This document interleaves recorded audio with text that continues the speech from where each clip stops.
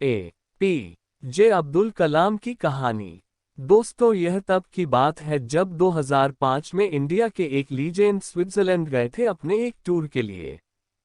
26 मई 2005 को वह स्विट्जरलैंड में लैंड हुए थे। स्विट्जरलैंड से लौटने के बाद उनके याद में, उनके सम्मान में स्विट्जरलैंड गवर्नमेंट ने 26 मई को साइंस डे डिक्लेयर कर दिया था। दोस्तों, आप जरूर समझ चुके होंगे कि मैं किसके बारे में बात कर रहा हूं।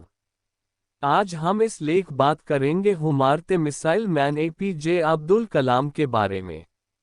उनकी लाइफ की कुछ जर्नी और ऐसे ही कुछ इंटरेस्टिंग किस्से आज मैं आपके साथ शेयर करूंगा। एपीजे अब्दुल कलाम का जन्म तमिलनाडु के रामेश्वरम शहर के एक छोटे से गांव धनुषकोडी में एक बहुत ही गरीब परिवार में हुआ था, जहां उनके पिता एक छोटी सी नाव चलाया करते थे जिससे उनके फैमिली को मुश्किल से 2 वक्त की रोटी नसीब होती थी। उनके घर में कोई भी पढ़ा लिखा नहीं था, लेकिन उन्हें बचपन से ही पढ़ाई लिखाई का बहुत शौक था। गरीब होने के बावजूद उनकी फैमिली उन्हें पढ़ाई के लिए पूरी तरह से सपोर्ट करती थी। लेकिन एपीजे अब्दुल कलाम जी हर सुबह स्कूल जाने से पहले न्यूज़पेपर बेचा करते थे ताकि उनकी फैमिली पर उनके पढ़ाई का ज्यादा प्रेशर न आए। स्कूल में उनके मार्क्स उतने अच्छे नहीं आते थे, लेकिन वह हार्डवर्किंग स्टूडेंट्स में से एक थे। उनका हमेशा सिर्फ एक फोकस रहता था कि हर दिन कुछ नया सीखा जाए और इसलिए वह घंटों घंटों तक पढ़ाई किया करते थे।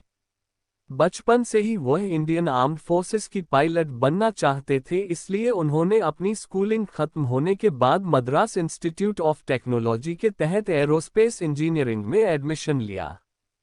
यह किस्सा तब का है जब वह मद्रास इंस्टीट्यूट ऑफ टेक्नोलॉजी में पढ़ रहे थे। उस वक्त वह एक सीनियर क्लास प्रोजेक्ट पर काम कर रहे थे और उस प्रोजेक्ट के प्रोग्रेस को देखकर कॉलेज के टीचर उनसे बहुत गुस्सा हो गए।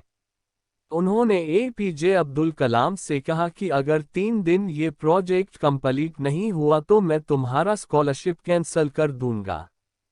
यह बात सुनकर एपीजे अब्दुल कलाम बहुत घबरा गए और उन्होंने दिन रात बैठकर 3 दिन के अंदर प्रोजेक्ट को कंप्लीट कर दिया।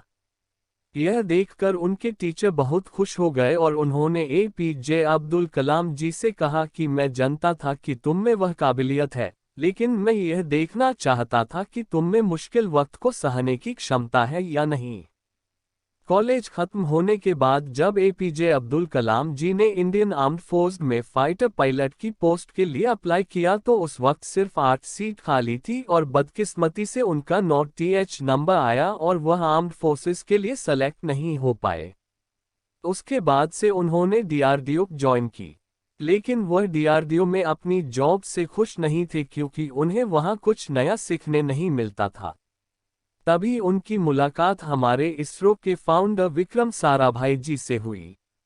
उनको एपीजे अब्दुल कलाम जी की मेहनत और हर वक्त कुछ नया सीखने की चाह बहुत पसंद आई और उसके बाद उनका डीआरडीओ से इसरो में ट्रांसफर हुआ। इसरो में एपीजे अब्दुल कलाम इंडिया के सबसे पहले सक्सेसफुल सैटेलाइट लॉन्च रोहिणी के प्रोजेक्ट डायरेक्टर थे। उसके बाद उन्होंने कई प्रोजेक्ट इनिशिएट किए। 1980 में पृथ्वी मिसाइल सक्सेसफुल लॉन्च करने के बाद उन्हें नासा ने जॉब ऑफर करने की कोशिश की, लेकिन उन्होंने उससे ठुकरा दिया।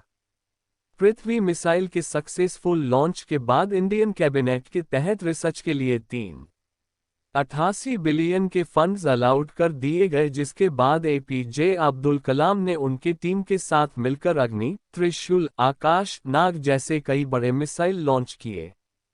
उनके लीडरशिप के अंदर इंडिया को सबसे बड़ी कामयाबी तब मिली जब 1998 में इंडिया ने सीक्रेटली सारे न्यूक्लियर बॉम्ब टेस्ट करके इंडिया को सारी दुनिया के सामने एक न्यूक्लियर पावर घोषित कर दिया, जिसके बाद एपीजे अब्दुल कलाम को मिसाइल मैन ऑफ इंडिया के नाम से बुलाया गया। 2002 में एपीजे इंडिया के 11 टीएच प्रेसिडेंट बने। अपने प्रेसिडेंशियल टर्म के वक्त जब वह केरला विजिट के लिए गए थे, उस वक्त उन्होंने 2 लोगों को केरला के राजभवन में ऐसे प्रेसिडेंशियल गेस्ट इनवाइट किया था। वह 2 लोग कोई बड़े सेलिब्रिटी नहीं थे, बल्कि एक चपरासी और एक छोटे से होटल का मालिक था। ऐसा ही एक किस्सा 2005 का है जब उनकी फैमिली राष्ट्रपति भवन में रहने आई थी। लगभग 10 दिन तक उनके फैमिली के 52 लोग राष्ट्रपति भवन में थे और उनके जाने के बाद एपीजे अब्दुल कलाम जी ने 3,52,000 अपनी फैमिली के रहने और खाने का खर्चा सरकार को दिया। जब एक रिपोर्टर ने उनसे पूछा कि आपने सरकार को पैसा क्यों दिया, तो उन्होंने जवाब देते हुए कहा था, सरकार मेरे रहने और खाने के पैसे देते हैं, ना कि मेरे फैमिली की। और इसी खुददारी ने पूरी दुनिया को इनसे प्यार करने पर मजबूर कर दिया। इनके पास जायदाद कोई नहीं था अपने किताबों के अलावा, पर अपनी कहानी से और अपने कामों से यह मिसाइल मैन पूरी दुनिया के लिए मिसाइल बन गए। तो फ्रेंड्स, आपको एपीजे अब्दुल कलाम की यह प्रेरणादायक कहानी कैसी लगी हमें कमेंट करके जरूर बताएं और अच्छा लगे तो शेयर भी जरूर करें।